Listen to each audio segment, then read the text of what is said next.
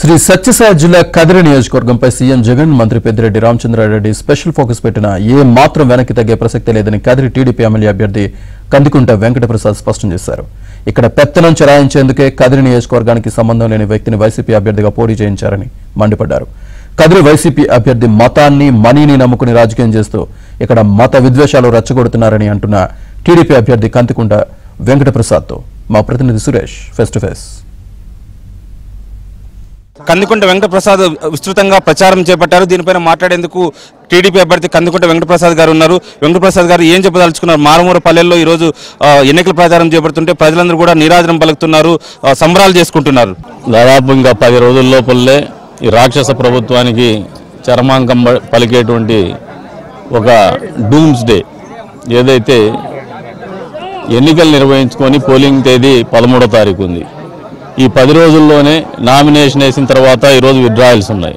రేపటి రోజున నమూనా బ్యాలెట్ కూడా విడుదలయ్యేటువంటి అవకాశం ఉంది. ఇటువంటి పరిస్థితుల్లో ప్రజల్లో ఏదైతే ఇన్ని రోజులు గూడు కట్టుకున్నటువంటి ఆవేదన కావచ్చు, బాధ కావచ్చు, కోపం కావచ్చు, ఈ ప్రభుత్వానికి వ్యతిరేకంగా, జగన్మోహన్ రెడ్డికి వ్యతిరేకంగా పెళ్లి ఊకినటువంటి పరిస్థితి గ్రామాల్లో చూస్తున్నాం. అందులో భాగంగానే ఎప్పుడు కూడా ఈ నియోజకవర్గంలో ఇటువంటి పరిస్థితి లేదు. గ్రామాలు తరలిస్తూ ఉన్నాయి. ఎక్కడ కూడా పార్టీలు అని ఇంకోటి ఏది చూడడం లేదు.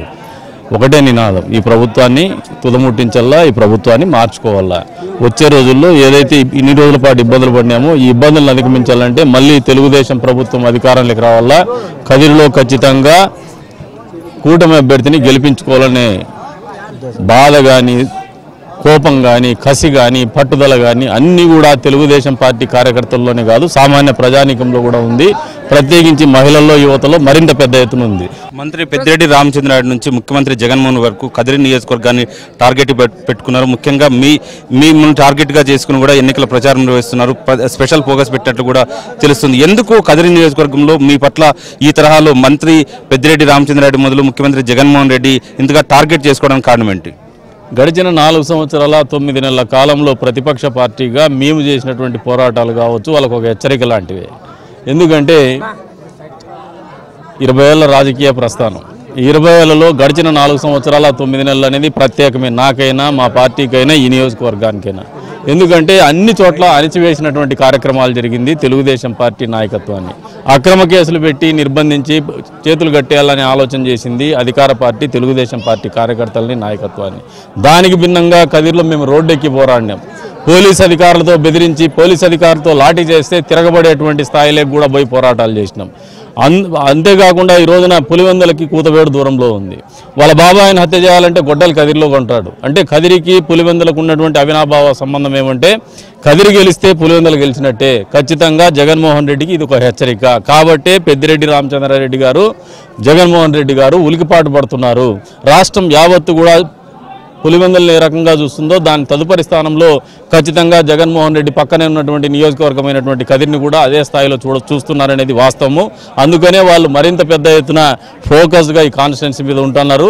దీనికి మేము ఎక్కడ కూడా తగ్గేటువంటి పరిస్థితి లేదు. జగన్మోహన్ రెడ్డి పోటీ చేస్తున్నా కూడా ఇంతే స్థాయిలో ఎన్నికలు నిర్వహించేటువంటి వాళ్ళము, ఇంతే స్థాయిలో పోరాడేటువంటి వాళ్ళము. ఖచ్చితంగా ఈసారి ఎన్నిక తెలుగుదేశం అభ్యర్థిగా మేము గెలవబోతున్నాం. పులివెందుల తరహాలో కదిరి నియోజకవర్గాన్ని అభివృద్ధి చేస్తానని ముఖ్యమంత్రి జగన్మోహన్ రెడ్డి గతంలో ప్రకటించారు. కానీ ఎక్కడా కూడా ఈ సంవత్సరాల కాలంలో కదిరిలో అభివృద్ధి పనులు చేపట్టిన దాఖలాలు ఎట్లా చూస్తారు? ఎన్నికల సందర్భంగా మాటలు చెప్పడమే కానీ ఎక్కడ అమలు చేసే పరిస్థితి కనపడుతుంది. మేము పదే అసెంబ్లీ మీటింగ్స్లో చెప్తున్నాం, ప్రజల్లో చైతన్యపరుస్తున్నాం.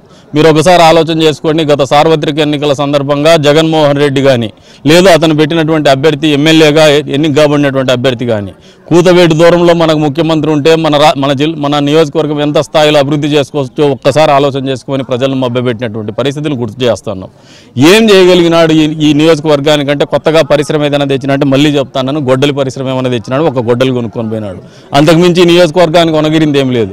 మీరు ఒకసారి పులివెందుల నుంచి బెంగళూరు పోవాలంటే కదిరి మీదే పోవాల్సి ఉంటుంది. పులివెందుల నుంచి కదిరి బార్డర్ వరకు, నియోజకవర్గ సరిహద్దు వరకు రోడ్లను మీరు గమనిస్తే ఒక రకంగా ఉంటాయి. అక్కడి నుంచి రోడ్లను గమనిస్తే మరొక రకంగా ఉంటాయి.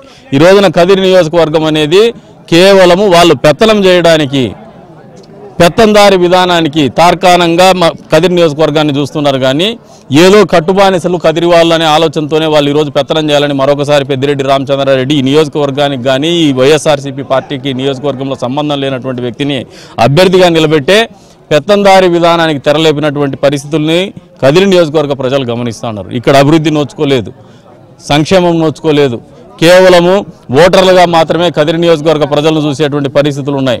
మరి ఈ పరిస్థితులందరినీ కూడా వాస్తవాలన్నిటి కూడా ప్రజలకు తెలియజెప్పేటువంటి పరిస్థితుల్లో తెలుగుదేశం పార్టీ అభ్యర్థిగా మేము ముందుకు పోతున్నాం. ఖచ్చితంగా ప్రజల్ని చైతన్యపరుస్తాం, సంఘటితం చేస్తాం. ఈ రాక్షస ప్రభుత్వానికి, పెద్దిరెడ్డి రామచంద్రారెడ్డి గారి పెత్తందారి విధానానికి, జగన్మోహన్ రెడ్డి క్లాస్ వారికి అగైనెస్ట్గానే మేము ఫైట్ చేస్తాం. కదిరిలో జరుగుతున్నది ఖచ్చితంగా క్లాస్ వారనే మేము పదే పదే పేర్కొంటున్నాం. ఖచ్చితంగా ఎన్నికల్లో ఘన విజయం సాధిస్తానన్న అభిప్రాయాన్ని కదిరి టీడీపీ అభ్యర్థి కందికుంట వెంకట ప్రసాద్ వ్యక్తం చేస్తున్నారు. వీడియో జర్నలిస్ట్ గోర్ధన్తో సురేష్, ఏపీ.